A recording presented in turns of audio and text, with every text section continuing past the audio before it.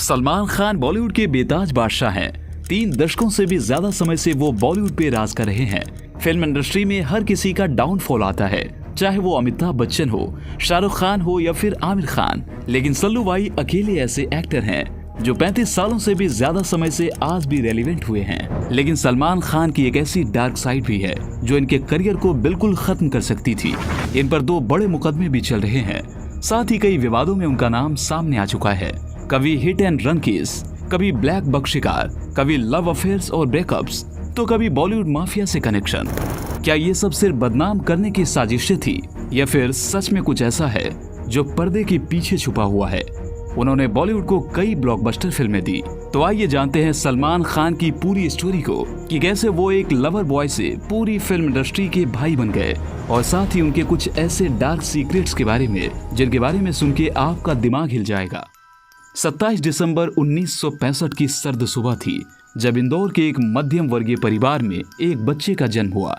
नाम रखा गया अब्दुल राशिद सलीम सलमान खान।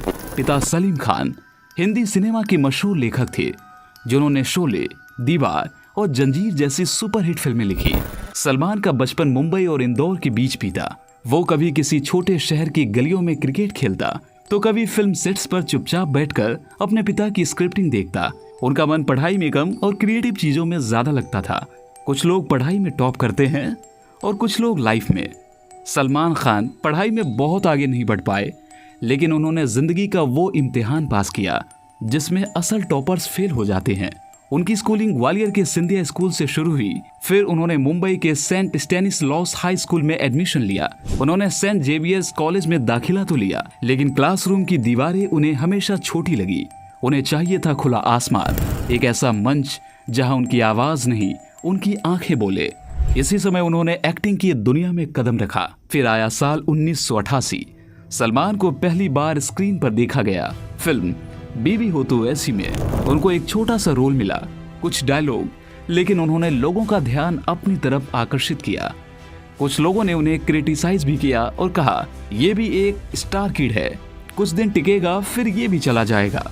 लेकिन फिर 1989 में कुछ ऐसा हुआ जिसने बॉलीवुड का नक्शा बदल दिया।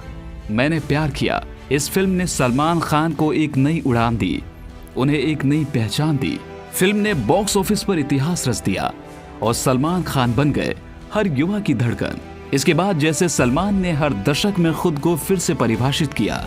हम आपके हैं कौन ने उन्हें फैमिली हीरो बनाया, करण अर्जुन ने एक्शन स्टार, तेरे नाम ने दिल तोड़ देने वाला प्रेमी, और दबंग, सुल्तान, बजरंगी भाईजान ने उन्हें मसीहा की तरह स्थापित कर दिया। उनकी हर फिल्म सिर्फ एक कहानी नहीं थी, बल्कि उसे एक फेस्टिवल की तरह सेलिब्रेट किया जाने लगा।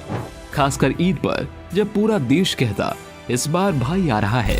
इस समय तक तो बॉलीवुड के सबसे चहेते एक्टर बन गए थे।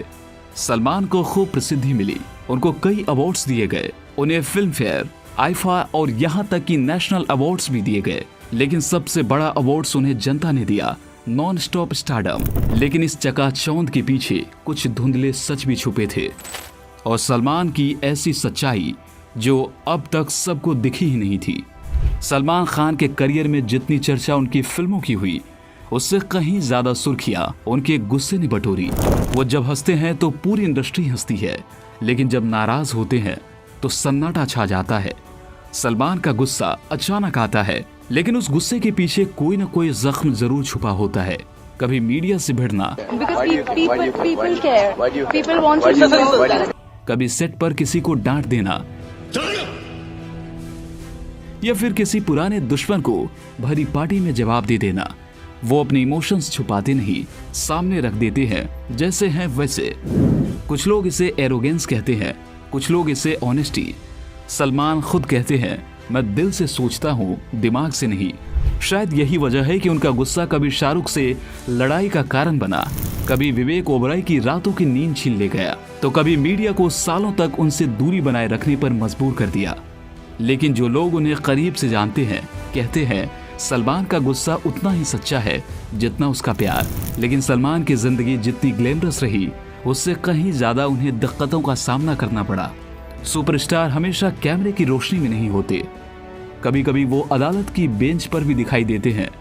सलमान खान का करियर जितना ऊंचा रहा, उनकी जिंदगी उतनी ही विवादों से घिरी रही।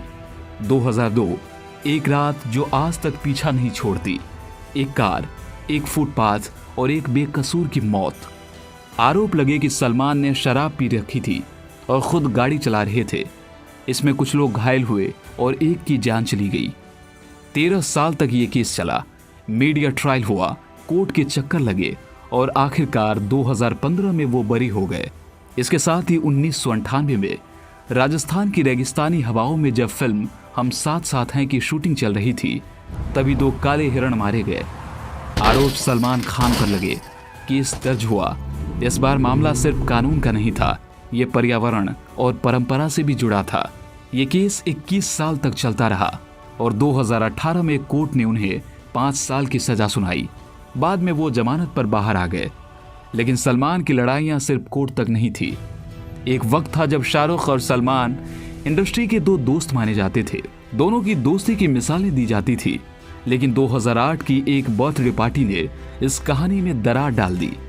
कटरीना कैफ की बर्थडे पार्टी में सब कुछ ठीक चल रहा था, जब अचानक कुछ ऐसा हुआ जिसने बॉलीवुड की 2 सबसे बड़ी हस्तियों को एक दूसरे का दुश्मन बना दिया। कहा जाता है कि सलमान ने शाहरुख पर कुछ निजी कमेंट कर दिए और जवाब में शाहरुख भी चुप नहीं रहे।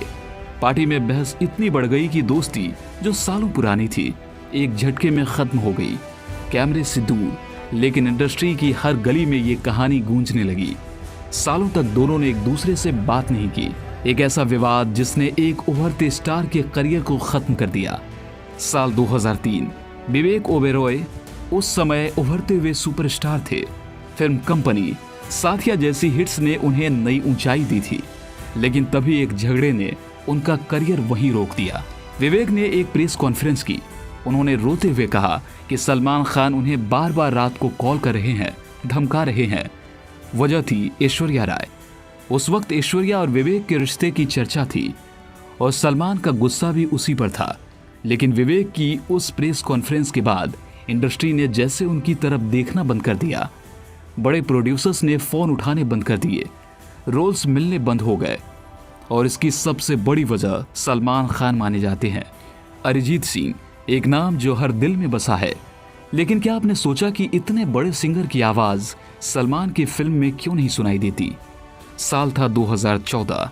एक अवार्ड शो में सलमान और अरिजीत स्टेज पर थे। सलमान ने मजाक में कहा, सो गए थे क्या? सो गए थे। और अरिजीत ने जवाब में हंसी में कह दिया, आप लोगों ने सुला दिया। आप लोगों ने सुला दिया यार तब से। बस यहीं से कहानी बिगड़ गई। कहा जाता है कि सलमान को वो बात दिल पर लग गई। बाद में जब फिल्म सुल्तान के लिए अरिजीत ने गाना रिकॉर्ड किया तो उसे फिल्म से हटा दिया गया। अरिजीत ने सोशल मीडिया पर माफी तक मांगी, लेकिन सलमान ने चुप्पी बनाए रखी। कई लोगों ने आरोप लगाए कि सलमान इंडस्ट्री में सिर्फ अपने ग्रुप को प्रमोट करते हैं, जो उनके खिलाफ जाए उनका करियर खत्म हो जाता है। पर सवाल यह है, क्या सलमान एक ताकतवर शख्स है जो इंडस्ट्री को चलाते हैं, या बस एक शख्स जो खुद भी इस सिस्टम का शिकार हैं?